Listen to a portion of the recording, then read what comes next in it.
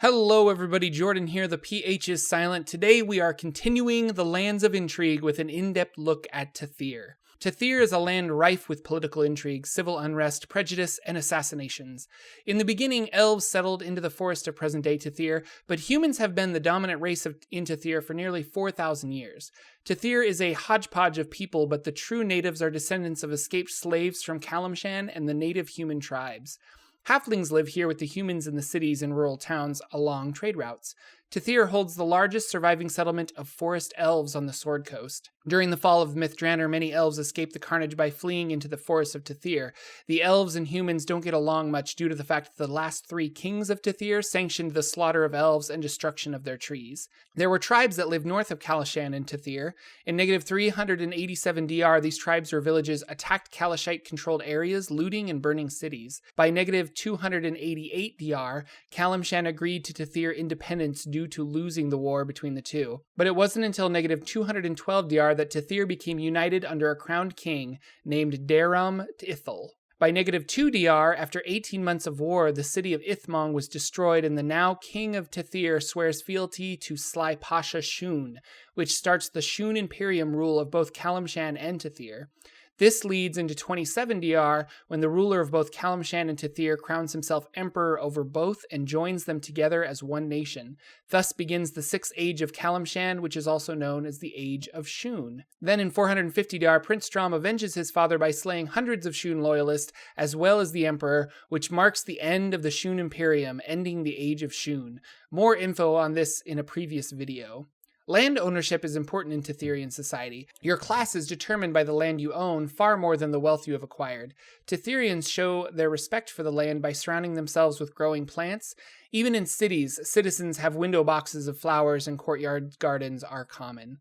Numerous religions are found in Tethyr, but gods that condone the destruction of land are shunned by the locals. Nature gods and gods such as Helm, Ilmatir, Torm, and Tyr are revered. Certain laws have also been put into place to avoid practices of evil deities. Worship of a god cannot involve the theft or destruction of other beings. No human or animal sacrifices are allowed. The goddess Shantia is significant in Tethyrian society. Landholding and agriculture stems back to the country's foundings, and the goddess's ideals hold true today. Tethyr is ruled by a royal family, but the duties of that royal family have been outlined in a charter of sorts. It says that the rule of the family is in direct correlation to the people they govern. In a sense, the people don't vote on their monarch, but they do have the option to abandon that family line if royalty is not protecting and serving the people. Tethyr has suffered much during its history, and the current ruling class wanted to make sure that the people were put first and not forgotten. Dukes of Tethyr must maintain the health, welfare, and productivity of their lands for the crown. These standards are in place thanks to the 10 Black Days of Eliant, which was an uprising of the people of Tethyr against their oppressive royal rulers. 1347 DR, this event brought down 8 entire noble families, 4 of Tethyr's larger castles, and 6 temples, to Bane, Baal, Helm, Lathander, Mistra, and Angma. It caused the deaths of more than 600 people with ties to royalty, such as guards and servants. No place was safe if the mob believed a location harbored anyone of noble birth. Of the 56 seated nobles and over 100 titled lesser nobles that ruled before 1347 DR, only 2 dukes, 1 count, and 5 barons survived. Directly after this destruction, wars over the succession to the vacated power structure began.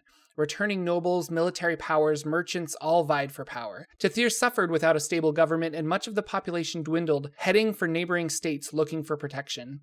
A group known as the Company of the Star arose in Tethyr when it was riddled with bandits and robber barons. Zaranda traveled westward, subduing or slaying these foes for their crimes against the people. Evil barons tried to imprison Zaranda and the Company of the Star, but they escaped. 11 months they lived among the common folk of Tethyr and taught many locals how to defend themselves from bandits and squatter lords who demanded tribute. Zaranda and her crew ended up defeating a great evil underneath the city of Zacispur, known as the One Below, that was causing much evil and chaos within the city. Because of this, the people crowned her their queen, and Zaranda accepted the mantle that she would rule Tethyr only if Tethyr knew that she ruled at the bequest of the people, for the people. This occurred in 1367 DR. Tethyr is home to a large forest that intersects its trade routes with Amn and Calimshan. Its boundaries are from the city of Valine to the Amalorian Mountains. Zacispur, the largest city of Tethyr, is the first and primary port of Tethyr. It's a capital city and is unique because of the influences from Tethyrian and Kalashite rule. Southeast of Tethyr lies the forest of Myrrh. It's a monster-riddled thicket. Ancient stories mention ogres, giants, and goblins living under the trees. The forest's inhabitants are problems for Tethyr and Calimshan alike. There are even some reports of drow elves within the Forest of Myrrh. And that's it for today. Tethyr seems like a solid location for some political intrigue. There's lots going on here, more than I could cover. And if you'd like to know more about Amn and Tethyr, I recommend the AD&D book Lands of Intrigue. Links in the doobly-doo. Thanks for watching, everyone. Please give a like if you enjoyed this video, and I will see you all next time.